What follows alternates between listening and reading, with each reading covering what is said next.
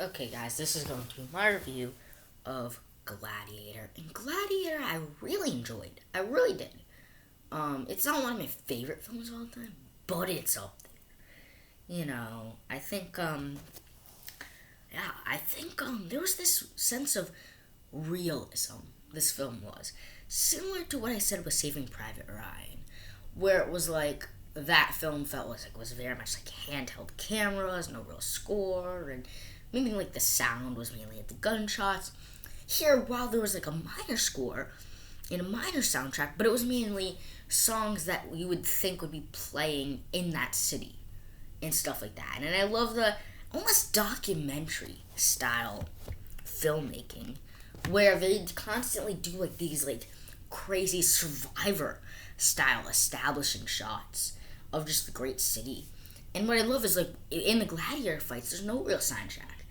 For the most part, it's the noise because like it's not like noiseless. The noise is the crowd, and I think sometimes what I love about the score in films is either it really makes the film, and part of that score makes the film by not being there. And I think that's an example here is it makes it feel more real, and less of a film.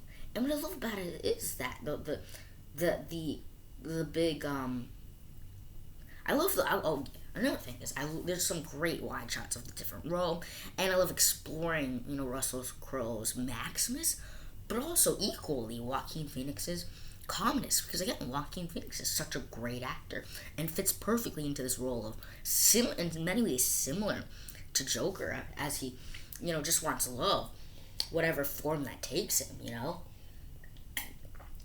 And again, the great gladiator action does not disappoint either. Whether it be, the fights where it's like a group against, some Rome, against some soldiers, or it be a one-on-one between Maximus and, Commodus, or whether it be, against the reigning champ.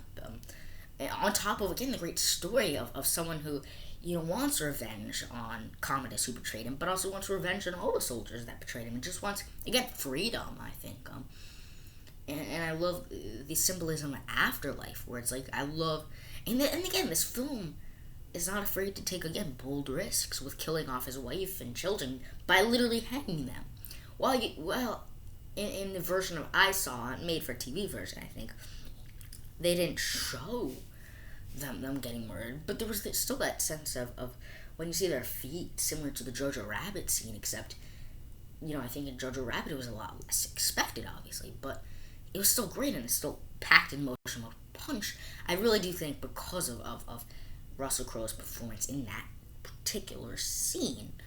And again, I love how, again, like this great tie-ins to history, because last year I did learn about the Roman history, and a lot of it stuff, well, I don't think overall, obviously, it wasn't that accurate, but I'd still like, tackling Roman mythology, because I think ancient mythology in general is a very interesting time period that I think feels like a fantasy type film, but yet at the same time based in history. So I think that's what's so fascinating about the ancient eras, is that you can explore almost fantastical, while there can't be like magic and dwarves and elves, you can still have that fantasy element without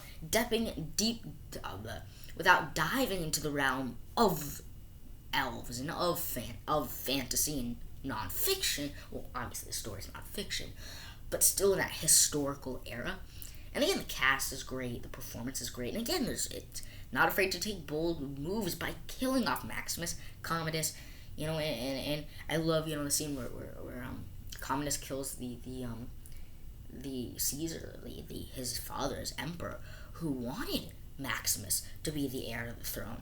And so at the same time, while Commodus's actions is unjustifiable and mean and cruel and selfish, the film is able to make it done in a relatable in a way where you can actually feel for him. And I think the best villains are those that are menacing, that are cruel, that are evil, but have the not necessarily relatability side, but the ability to see where they're coming from. And I think that's due to how this character was written. how this character was directed, but also, Joaquin Phoenix's performance, where he seems so sincere, as if what he was doing was the right thing, because of his motivation of love, where it's like love. And so on the one hand, you're like, oh, he's just doing it because he wants love, and he doesn't have love, and you see where he's coming from, because yes, his father, maybe didn't love him and wanted Maximus as his son, and he's open about that and whatnot. But at the same time, his actions are cruel. His motivation maybe isn't that cruel, but at the same time, it's cruel in that he's selfish and that he's jealous. And so I think his character is probably the most complex, but Maximus is equally as complex. This idea of, a Roman soldier that wants to serve his country well, yet just becomes an outcast due to things completely out of his control and suffers for it. And, in some ways it gets rewarded by being killed, by being able to go to the afterlife. And that iconic shot of his hands in the grasslands, the meadows, going to his family and his wife and child. And it was just a really great film, and on such a high scale of I remember hearing this last year in school about that some of the stuff could be true about the uprising of the gladiators, and led by Maximus, and how while a great deal of them escaped and were freed. It was I love stories of redemption, but also revenge stories. While revenge is never the good thing, revenge stories, let's all admit it, revenge film stories are awfully satisfying. And so seeing him, while he got his revenge on Commodus and while he died, it never felt like a loss, because in many ways this whole film was explored that once you're dead, you're not truly dead. You have an afterlife, and they've explored that throughout the film. As well, it is a victory by his efforts freed the slaves, and I love the idea of one of the guys who was helping it out, one of the older guys from the Rome Providence says, you don't win by killing, you win by winning over the crowd, and that's what he ultimately does. Are you not entertained?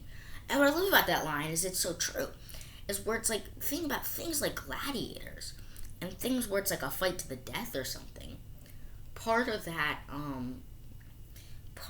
essence is that they're entertained, but they're almost rooting one guy over the other in some ways, and so when the other person loses, is it entertaining? So it's not about killing someone, because you can kill someone while you might be the victor, and yes, it'll get you to survive, but at that core idea of it, you're still not winning the crowd over.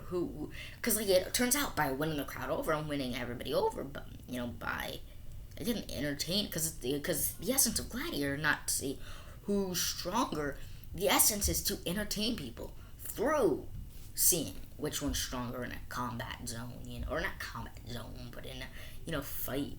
So I think again, that great line of, are you not entertained, or and stuff like that. But again, this film has so many deep meanings, and as well as a ton of great moments fluttered throughout. Is any negative?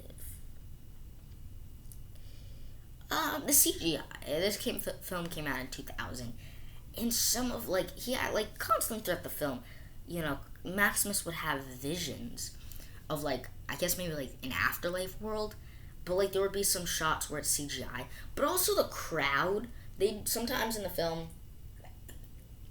would show wide shots of the crowd during the gladiator fights, and sometimes it felt like CGI right from the video game.